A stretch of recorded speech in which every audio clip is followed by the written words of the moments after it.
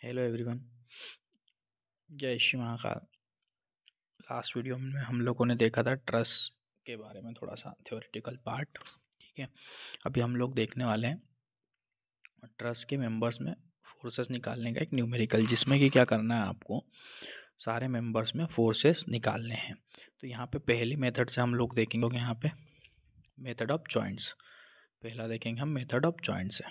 ठीक है, method of joints, और एक और होती है method of section. Method of section, तो दो मेथड है, एक तो मेथड ऑफ जॉइंट्स, दूसरी है मेथड ऑफ सेक्शन। तो अभी हम जो न्यूमेरिकल देखने वाले हैं वो मेथड ऑफ जॉइंट्स से देखने वाले हैं। ठीक है, अब इसमें क्या करते हैं, हमको न्यूमेरिकल दे के रखा है और बोला क्या कि find the forces in all the members of truss. देखो एक ट्रस यहाँ पे बना हुआ आपको दिख रहा है। ठीक है, ये ट्रस बना हुआ दिख रहा है, ये 60 डिग्री एंगल दे के रखा है। ठीक है, ये सारे 60 डिग्री है।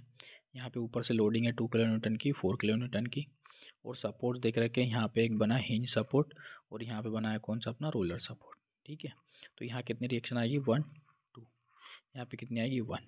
ठीक है, तो अब ये इसमें क्या करना है, ये सारे जो members A B, A B, E C, C D है ना, इन सब में हमको क्या निकालना है, इन सारे मेंबर्स में फोर्सेस निकालना है। किसमें, इन सारे मेंबर्स में फोर्सेस निकालना है, ये। ठीक है, तो इसको सॉल्व कैसे करेंगे, देखो सबसे पहले क्या करना है आपको, इक्विलिब्रियम इक्वेशंस लगा के आपको रिएक्शन फाइंड करना है। अब देखो हो क्या रहा है, यहाँ पे 2 किलो न्यूटन का लोड ऊपर से एक कर रहा है, एक 4 किलो न्यूटन का लोड ऊपर से नीचे की ओर आ रहा है। ठीक है, अब आपको क्या करना है, रिएक्शन निकालना है, रिएक्शन एट पॉइंट ए और रिएक्शन एट पॉइंट बी। अब इस लोड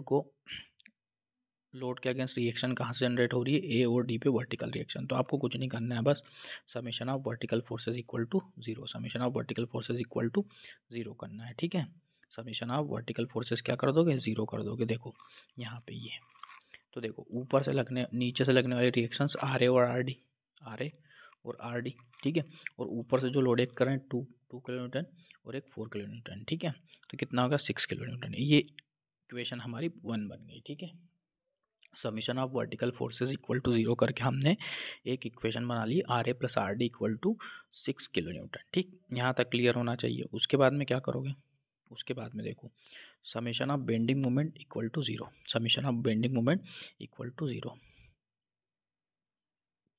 अब मोमेंट क्या होता है, फोर्स इनटू परपेंडिकुलर डिस्टेंस।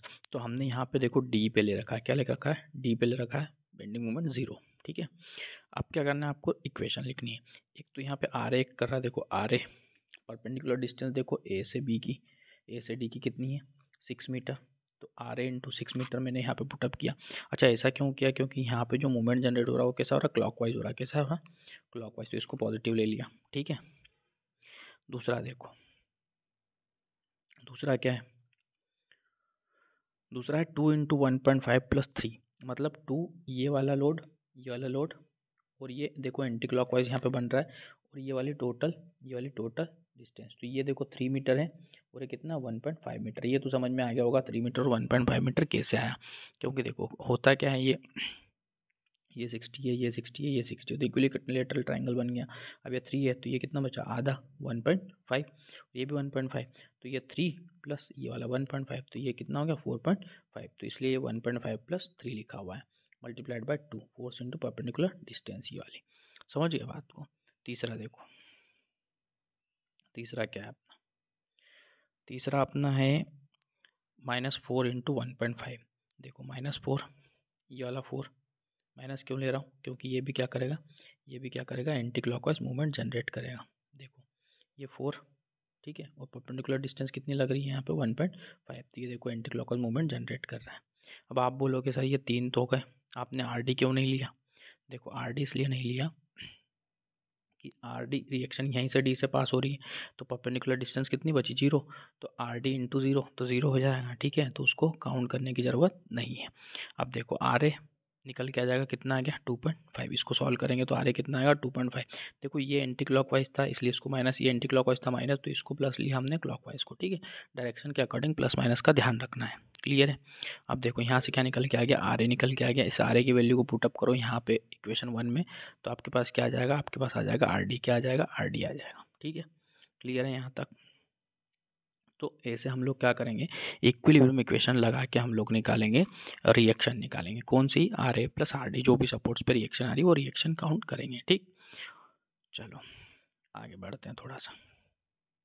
अब मेंबर्स में फोर्सेस निकालना है ना, मेंबर्स में फोर्सेस निकालना है तो हम क्या करेंगे, हर एक जॉइंट का क्या करेंगे, हर जॉइंट का क्या करेंगे, फ्री बॉडी डायग्राम बनाएंगे। जैसे जॉइंट ए है, क्या है, जॉइंट ए कौन सा, देखो यहाँ पे ये जॉइंट ए दिख रहा है हमको। यहाँ पे देखो ये एक फोर्स इधर लग रहा है, एफ इन ए बी, और ये क्या लग रहा है, एफ इन ए ई, और यहाँ से एक रिएक्शन लगेगी कौन सी, आर ए। बस इसका फ्री बॉडी डायग्राम इससे बाहर निकाल के बनाना है फिगर से। देखो कैसे बनाओगे, नीचे देखो बना हुआ, ये देखो F A B, F A E, और ये आर ए लग रहा है। अब जॉइंट ए से, अब जॉइंट ए जैसे हमारा जॉइंट ए है, ए से जो आउटवर्ड साइड फोर्सेस लग रहे हैं, इसका मतलब हमने इसको क्या कंसिडर किया, टेंशन कंसिडर किया। क्या है, टेंसाइल फोर्स कंसिडर किया है। ठीक है, कैसा, टेंसाइल फोर्स। ठीक है, अब इसकी वैल्यू अगर पॉजिटिव आती है तो असल में टेंसाइल है, अगर इसकी वैल्यू नेगेटिव आ गई मतलब क्या है, उसको प्लस करके हमको क्या करना, कंप्रेसिव बताना है। ठीक है, अगर नेगेटिव वैल्यू आती है तो कंप्रेसिव हो जाएगा। ठीक है, क्योंकि हमने क्या कंसिडर कर रखा है, टेंशन में कंसिडर कर रखा है फोर्स को। अब देखो यहाँ पे भी कुछ नहीं करना है। देखो इस जॉइंट पे क्या करो, समेशन ऑफ वर्टिकल फोर्सेस 0 करो। तो एक तो आर ए लग रहा है ऊपर, ठीक है, और रिजॉल्व करो, एफ ए बी क्या हो जाएगा, एफ ए बी साइन 60 हो जाएगा, plus R A equal to 0। तो यहाँ से एक एफ ए बी की इक्वेशन बनी, आर ए हमने पुटअप किया तो एफ ए बी आ गया, देखो माइनस में आया, माइनस में आया, इसको हमने टेंशन कंसिडर कर रखा था। क्या कंसिडर कर रखा था, टेंशन। देखो यहाँ पे ये क्या कंसिडर कर रखा था, टेंशन कंसिडर कर रखा था, तो माइनस में आ गया। अब माइनस को हटा दो तो क्या हो जाएगा, ये माइनस को हटा दो तो कंप्रेशन हो जाएगा। ठीक है, माइनस को हटा दो और दिखा दो कि एक्चुअल में हमने ये कंसिडर किया था पर ये कंप्रेशन है। ये क्या है, कंप्रेशन फोर्स है। ये हमारा एजम्पशन रॉन्ग था। ये कैसा है, कंप्रेसिव फोर्सेस जनरेट हो रहे हैं ए बी मेंबर में। ठीक है, चलो फिर समेशन ऑफ हॉरिजॉन्टल फोर्सेस 0 कर दो यहाँ पे।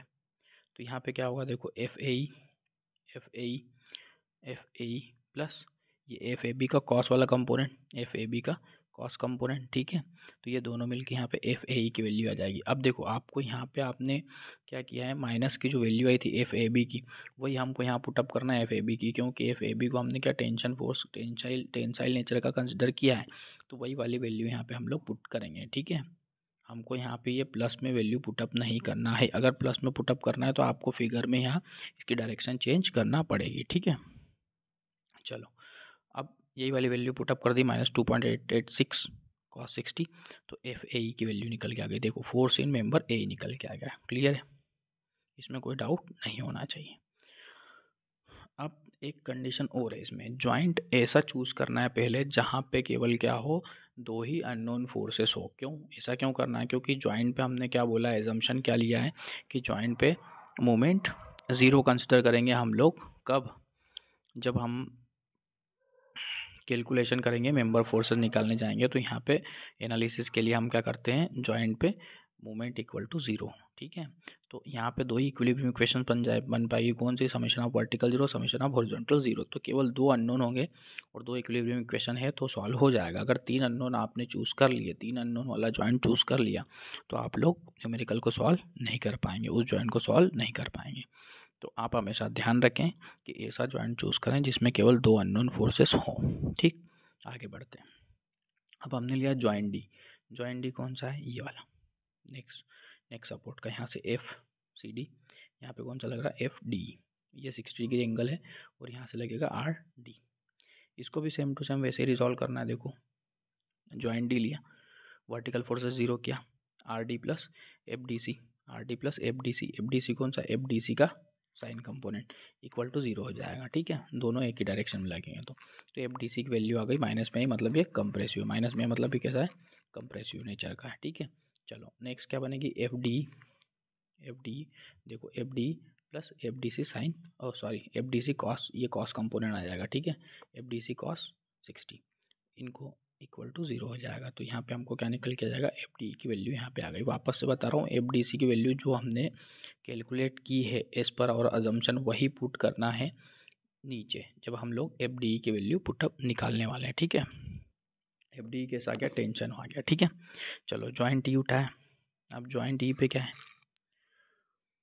ज्वाइंट ई पे देखो दो अननोन फोर्सेस हैं, बस रिजॉल्व करना है इसको भी। देखो क्या किया है, क्या किया है, एफ सी हॉरिजॉन्टल फोर्स 0 किया तो एफ सी का cos component plus F D, F C का कॉस कंपोनेंट